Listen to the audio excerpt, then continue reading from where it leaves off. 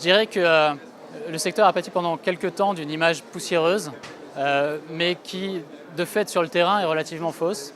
Les responsables associatifs, qu'ils soient dans des petites associations ou dans des grosses, quel que soit le secteur, dans les associations médico-sociales, sportives, etc., ont une vraie volonté de professionnalisation aujourd'hui, et en tout cas d'organisation et de structuration de leur activité. Voilà.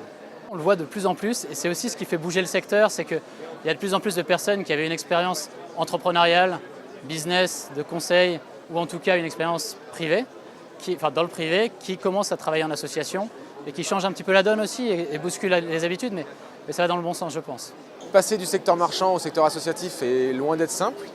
Je ne sais pas comment c'était avant, en tout cas aujourd'hui ce n'est pas encore aussi simple que ça. Maintenant, c'est vrai que les associations recherchent les compétences qu'on a développées dans le milieu marchand. Et c'est vrai que moi j'ai développé des compétences de commercial, de marketing, de communication qui sont de plus en plus recherchées par les associations. Il y a une valeur forte dans le secteur associatif, c'est la question de l'innovation, la question de l'adaptabilité et que c'est parce qu'il y a plusieurs métiers et plusieurs professionnels qui se rencontrent que du coup cette adaptabilité elle est réelle et elle est possible. Et je pense que si on oublie ça, on perd le secteur associatif. On n'est pas dans une finalité de bénéfice. Quoique, pas que bénéfices financiers, mais en tout cas, il y a des méthodes de travail qui sont tout à fait transverses et le monde des associations a aussi beaucoup à apporter aux entreprises. Dans les associations, ce qu'on observe, c'est que déjà, il y a un terrain très humaniste. Il y a une volonté d'entreprendre, d'aller au-delà, donc dans le dépassement de soi pour donner à d'autres. Les qualités pour travailler dans le monde associatif, j'ai envie de dire c'est les mêmes partout, mais évidemment dans le milieu associatif on retrouve beaucoup le sens de l'engagement, voire du militantisme, la flamme qui s'est parfois éteinte dans le secteur privé, mais il faut aussi une certaine exigence, une certaine rigueur dans la façon dont on présente son projet pour le développer, pour qu'il parle à tout le monde. Moi, ce que j'aime bien dire dans une fondation, c'est qu'on crée des passerelles, on crée des échanges et on connecte des gens qui entreprennent. On entreprend dans le business, on entreprend dans l'associatif.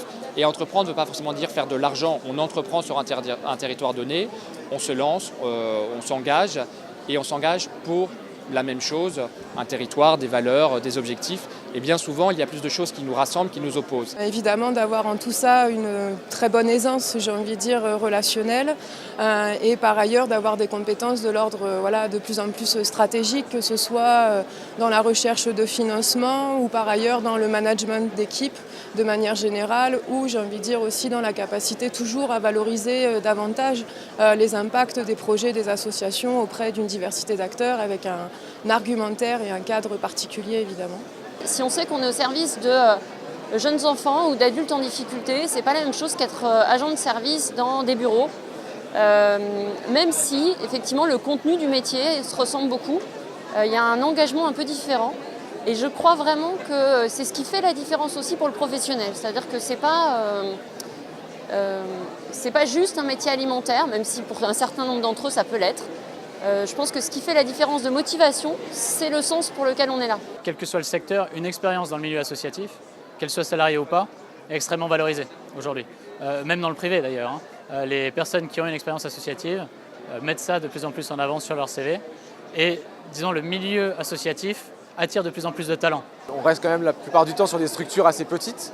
Il ne faut évidemment pas avoir la peur de mettre les mains dans le cambouis, mais également de pouvoir faire la stratégie. Donc c'est souvent un petit peu des TPE, des PME qu'on va retrouver avec des fonctionnements qui s'apparentent malgré tout à ce qu'on retrouve dans le secteur marchand, ou avec une structuration beaucoup plus importante. La richesse du travail, on se lève tous les matins en se disant que ce qu'on va faire va servir à quelqu'un. Moi je travaille sur la recherche contre le diabète. Tous les matins, je dois trouver des financements pour cette association pour que les malades vivent leur maladie de meilleure façon, voire un jour ne soient plus malades. Forcément, lorsque on a cette mission, ça facilite les choses et ça donne une envie décuplée par rapport à une activité classique, je vais dire. Quel que soit l'objet de l'association, on se retrouve finalement à lier passion et travail. Je trouve que l'argent est effectivement encore tabou dans le monde des associations, mais il est peut-être plus culturellement français que seulement associatif. Et on a vraiment besoin de changer ça parce que les anglo-saxons sont beaucoup plus à l'aise avec la notion d'argent. Et il faut arrêter de regarder l'argent comme quelque chose de sale. L'argent, c'est un moyen. Sans argent, on ne fait rien. Et il faut que les associations soient tout à fait à l'aise avec ce sujet-là. parce qu'elles savent ce qu'elles font de l'argent, elles sont justement très économes et elles font très attention. Dans les associations, on trouve normal de ne pas être bien payé et on laisse les autres autour dire que c'est normal de ne pas être bien payé. Personnellement, je suis contre cet avis. Il y a des talents partout, les talents doivent être rémunérés. Bien sûr, dans les associations, il n'y a pas de stock options, et tant mieux, mais il n'y a pas de raison que les gens ne soient pas bien payés. Et il ne faut pas laisser les bailleurs ne pas payer les personnes qui mènent les projets sur le terrain, qui se donnent corps et âme et qui ont des bonnes idées. Le fait de parler de salaire aussi potentiellement un petit peu plus important est aussi quelque chose qui arrive et c'est nécessaire que ce secteur se professionnalise, donc fasse venir des compétences, donc joue aussi sur les niveaux de salaire. Et je dirais qu'il y a aussi d'autres métiers qui vont être l'ouverture à de nouvelles hybridations de leur modèle économique. Donc elles vont devoir aussi élargir leurs compétences au sein de leurs associations pour peut-être chercher des nouveaux relais de croissance qui peuvent être la vente de services, de biens pour compenser le manque de fonds publics. Donc elles vont devoir aussi se renouveler, mais elles ont, je pense, la capacité d'innovation, mais il va falloir des gens qui vont être capables de regarder ces nouveaux modèles économiques. Il est clair que les organisations ont de plus en plus besoin de levée de fonds et de levée de fonds, des fonds privés. Et donc, il y a un besoin en fundraiser qui est de plus en plus important. Ces métiers sont aussi en train de changer. On était avant beaucoup sur des opérations de masse. Et ça, c'est en train de se transformer. D'abord, il y a une digitalisation très forte, bien sûr. Et il y a aussi un travail de plus en plus important sur ce qu'on pourrait appeler les grands comptes, que ce soit des grands comptes particuliers ou entreprises. Donc, un travail qui demande beaucoup plus de relationnel et aussi d'aller chercher, je dirais, des personnes qui ont la puissance financière, que ce soit des personnes morales ou physiques. Il y a peut-être aussi un secteur qui est particulier, qui s'est professionnalisé, c'est dans la gestion des legs, parce que ces organisations, ces associations et fondations qui sont basées sur la confiance finalement du public, des donateurs, elles reçoivent aussi des legs. Et c'est un secteur qui a nécessité une certaine professionnalisation. Donc on découvre dans ce secteur un recrutement de juristes, de personnes qui viennent du notariat, qui viennent aussi s'investir dans ces associations pour apporter de la professionnalisation à la gestion des legs. Les métiers sur lesquels on est en tension en tout cas, on a notamment les métiers de psychiatre qui sont extrêmement difficiles. On a aussi des métiers comme orthophoniste, ou les métiers de l'encadrement, parce que on a des directeurs qui partent en retraite et qu'il va falloir remplacer.